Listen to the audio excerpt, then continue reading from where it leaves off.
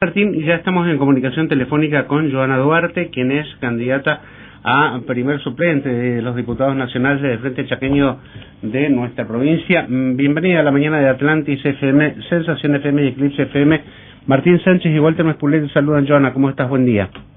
Hola, buenos días a toda la audiencia y a la radio en general. Bien, Joana, queríamos hablar un poquito contigo por lo que tiene que ver justamente, porque nos quedan prácticamente 20 días para estas elecciones nacionales, donde se van a decidir, digamos, ya los destinos de estas listas que se van a enfrentar en esta contienda electoral, en la cual vos estás ocupando justamente uno de los lugares del Frente Chaqueño. ¿Qué nos podés comentar al respecto y cómo venís trabajando vos en la actividad para estas elecciones 2023? Bueno, primero que nada, obviamente, venimos recorriendo distintos puntos de la provincia junto a los otros candidatos que integramos la lista de Unión por la Patria en Chaco, que acompaña a Sergio Massa, candidato a presidente. Obviamente con mucho contacto más directo con cada vecino, con cada vecina, recogiendo distintas demandas y obviamente charlando mucho y escuchando mucho, ¿no? Particularmente nosotros ya en la PASO nacional previa al 13 de agosto habíamos tenido una campaña bastante intensa, sobre todo en el interior de la provincia, y obviamente estamos tratando de replicar la misma y llegando a cada rincón de nuestra provincia y fundamentalmente escuchando las distintas demandas que tienen los chaqueños y que hacen a posibles soluciones que se puedan traducir después en leyes que puedan beneficiar a los chaqueños y que se votan después en la Cámara de Diputados Nacional, ¿no? La importancia de tener diputados nacionales de la provincia del Chaco que puedan defender los intereses de los chaqueños, digamos, ¿no? Okay. ¿Qué tal? Buen día, Joana, ¿cómo te va? Martín Sánchez te saluda. Buenos días, ¿cómo está Martín? Bien, conocer también en profundidad tus proyectos. Sabemos que venís del movimiento Evita, sos una referente también joven de este movimiento, digamos, que pertenece a la fracción peronista de la provincia del Chaco y que seguramente, bueno, tendrán de alguna manera la impronta de tenerte a vos como su representante allí en la Cámara Baja.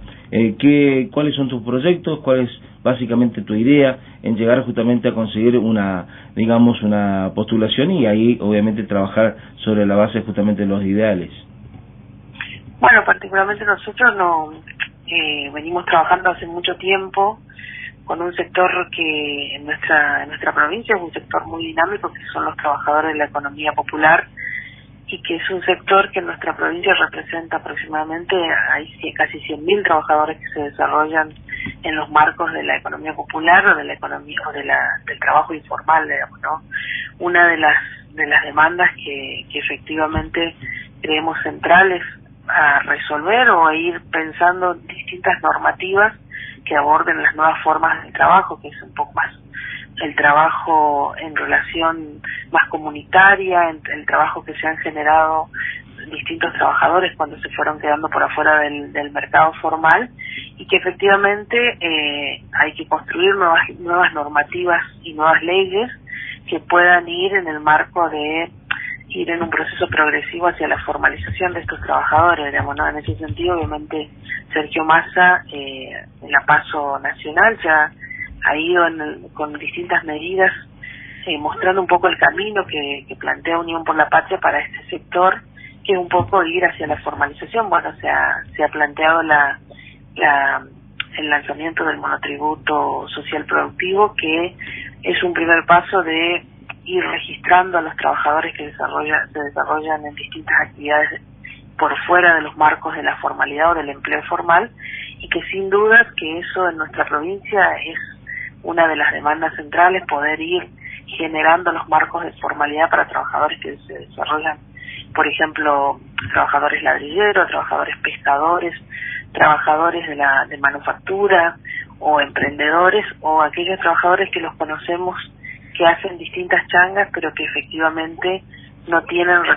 reconocimiento de los derechos básicos que tiene que tener un trabajador, y en ese sentido, efectivamente, para eso es central la construcción de normativas y de leyes a nivel nacional que puedan ir resolviendo esas asimetrías que hoy existen entre el mercado formal y el mercado informal, digamos, ¿no? Un poco esa es la perspectiva y nos parece central que, bueno, obviamente nuestra provincia, como todas las provincias, las provincias que hacen a la región del norte grande, necesitan de leyes que puedan impulsar las economías regionales, pero fundamentalmente que puedan impulsar el trabajo y que ese trabajo obviamente vaya en el marco de la formalización, digamos, ¿no? Correcto.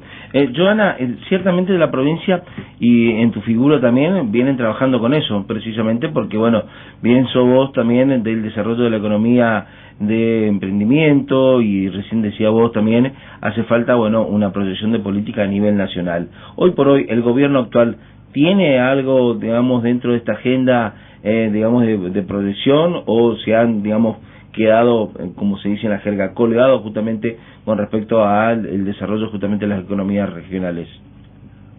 Bueno, nosotros en la provincia del Chaco tenemos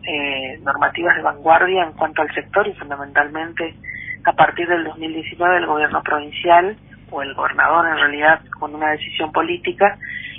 ha ido en los marcos de ir formalizando o ir dando distintas respuestas al sector. Acá en la provincia tenemos un instituto de la agricultura familiar y la economía popular que aborda el sector y que le ha dado distintas respuestas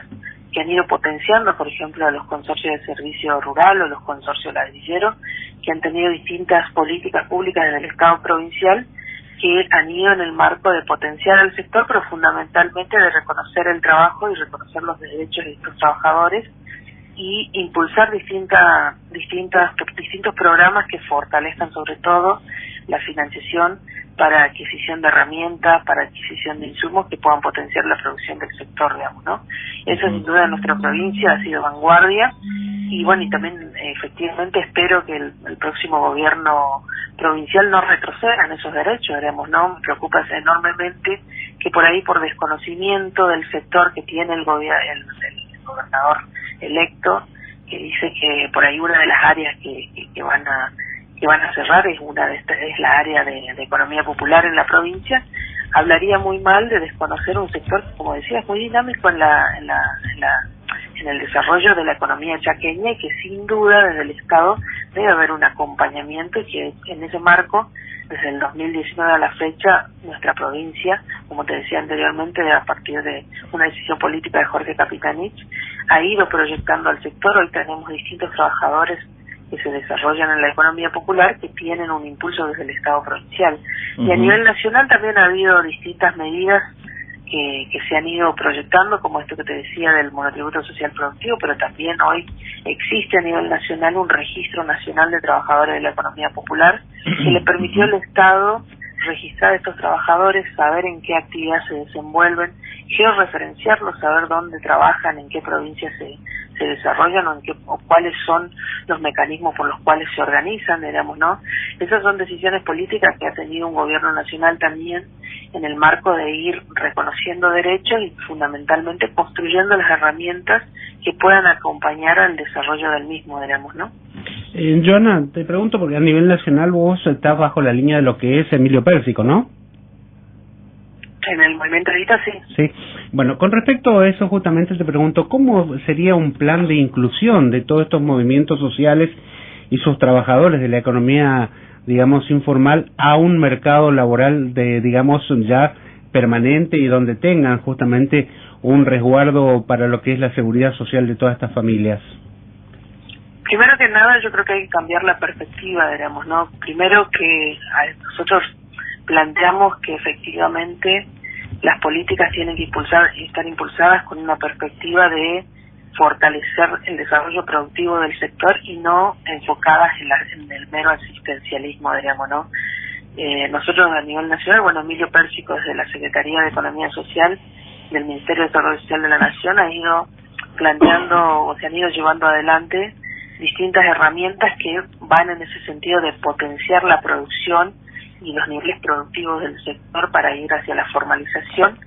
y no obviamente desde la mera asistencia, digamos, ¿no? Como por ejemplo, te puedo contar experiencias a nivel nacional de distintos polos productivos por economías regionales, como por ejemplo en el NOA se está desarrollando un polo productivo textil que hoy produce distinta indumentaria que después efectivamente esa indumentaria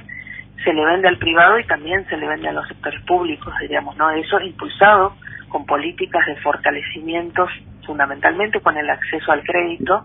que hoy es uno de los escollos que obviamente encuentra el sector, el acceso al crédito, porque al no estar registrado, efectivamente es más difícil acceder a distintas líneas de crédito que le permitan acceder a herramientas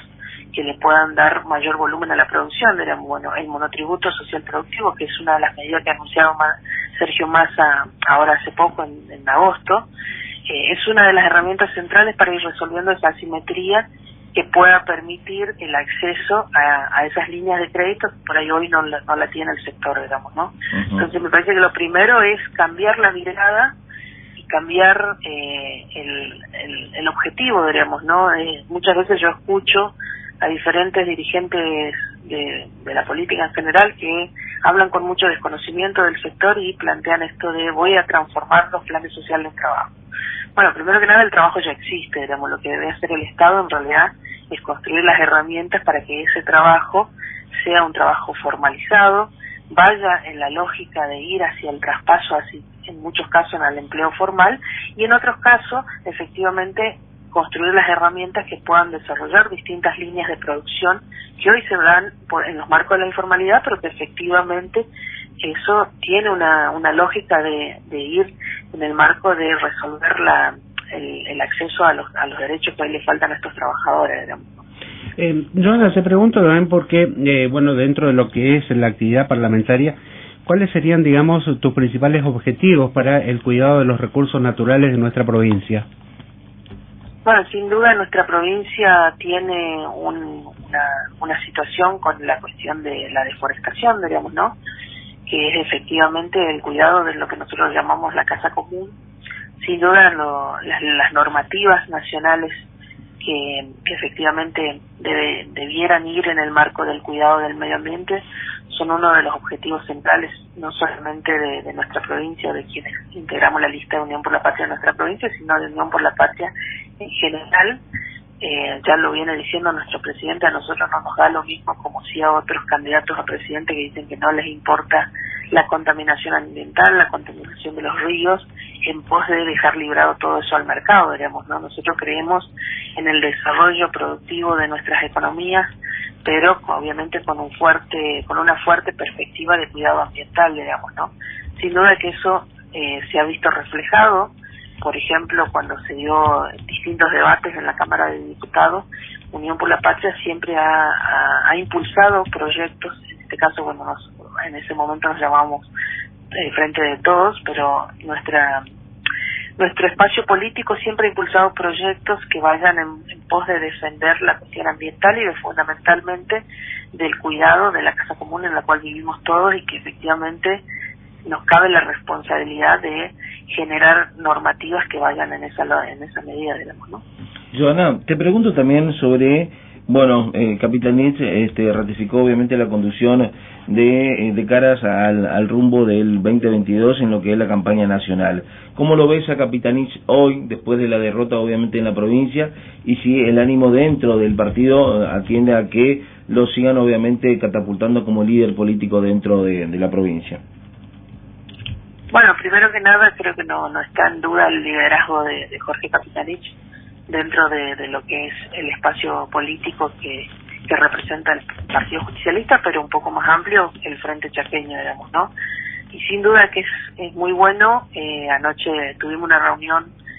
del Consejo Provincial del Partido Justicialista, donde efectivamente Jorge Capitanich es el jefe de campaña de la campaña nacional en la provincia del Chaco, y eso me parece que es central para poder construir un triunfo de cara al 22 de octubre en nuestra provincia, digamos, ¿no? Habiendo cuenta de que en la Paso Nacional Unión por la Patria en Chaco fue uno de los distritos en los cuales ganó, digamos, ¿no? Y que para nosotros es central que Jorge Capitanich esté al frente, fundamentalmente por todo lo que le puede aportar a la construcción, no solamente de la campaña en sí, sino efectivamente a un futuro gobierno de Sergio Massa a partir del 10 de diciembre, digamos. No creo que no voy a decir algo nuevo diciendo que Jorge Capitanich es uno de los cuadros políticos más importantes no solamente de nuestra provincia, sino de nuestro país, y efectivamente considero central que esté al frente de la campaña nacional, y que efectivamente eso es lo que va a generar la unidad de todo el Frente Chaqueño, y fundamentalmente es la síntesis que hoy tiene nuestro espacio político en la provincia, ¿no? Joana, ¿lo ves a Jorge Capitanich integrando algún cuadro de la gestión de gobierno de un posible gobierno de Sergio Massa a nivel nacional? Sinceramente, a mí me encantaría que pueda integrar el gobierno de Sergio Massa. Creo que ya también ahí depende de